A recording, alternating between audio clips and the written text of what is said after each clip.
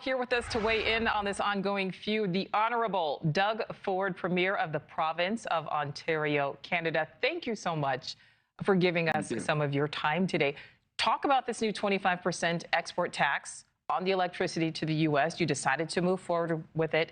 How will it be collected?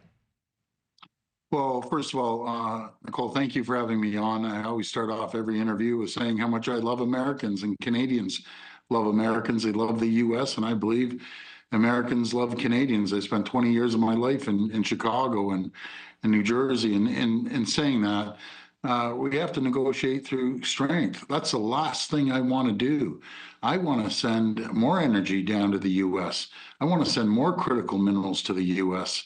And to avoid a recession, by the way, a self-inflicted recession because of Donald Trump's tariffs, or I should say President Trump's tariffs, it's unacceptable. Let's build an Amcan fortress. The two strongest nations in the world would be untouchable, would be wealthy and safe and prosperous. That's what I want to do, and I'm sure Americans and Canadians want to do that.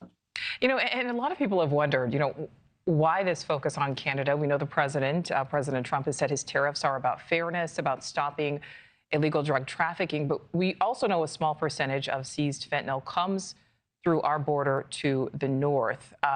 So what are your thoughts on his reasoning? Well, first of all, I just want to address the fentanyl issue. When President Trump said you got to tighten up the border, I was the first out of the gate to say I agree with him, but it's on both sides of the border. Right now, and I can't stand drugs. I can't stand 1 gram of fentanyl, but in saying that, we have to work together, which we have. I had the DEA up to my office working with the Canadian Border Patrol, U.S. Border Patrol, the RCMP, the state police in the U.S., and the OPP, Ontario Provincial Police here.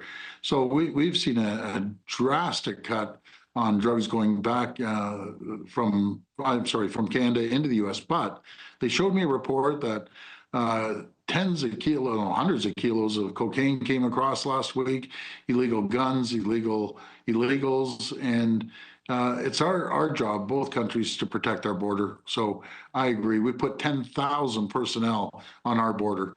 So I think we're taking care of that. We'll continue to take care of it on both sides of the border. And no surprise, we're certainly seeing, country loyalty, which we would expect to. I mean, we do hear boos of the U.S. national anthem. We're seeing some American-made liquors pulled from shelves there in Canada.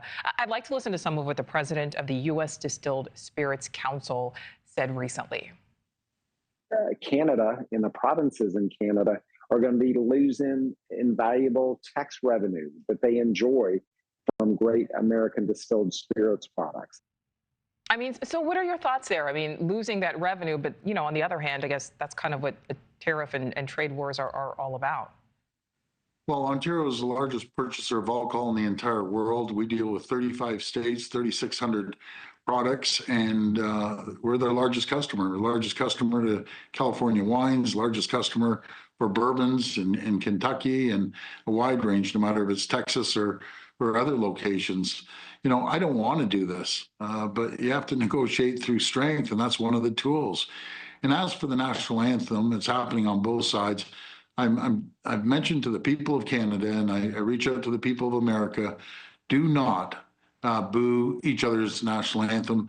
People laid their lives on the line to protect both our countries. We have fought shoulder to shoulder together. We've both lost soldiers, no matter if it's the Afghan war or if it was World War I or World War II. So please, and I ask our Canadians to stop booing the national anthem, and Americans, please stop as well. Thanks for watching. Go to joinnn.com to find NewsNation on your screen. And don't forget to click the red subscribe button below to get more of NewsNation's fact-driven, unbiased coverage.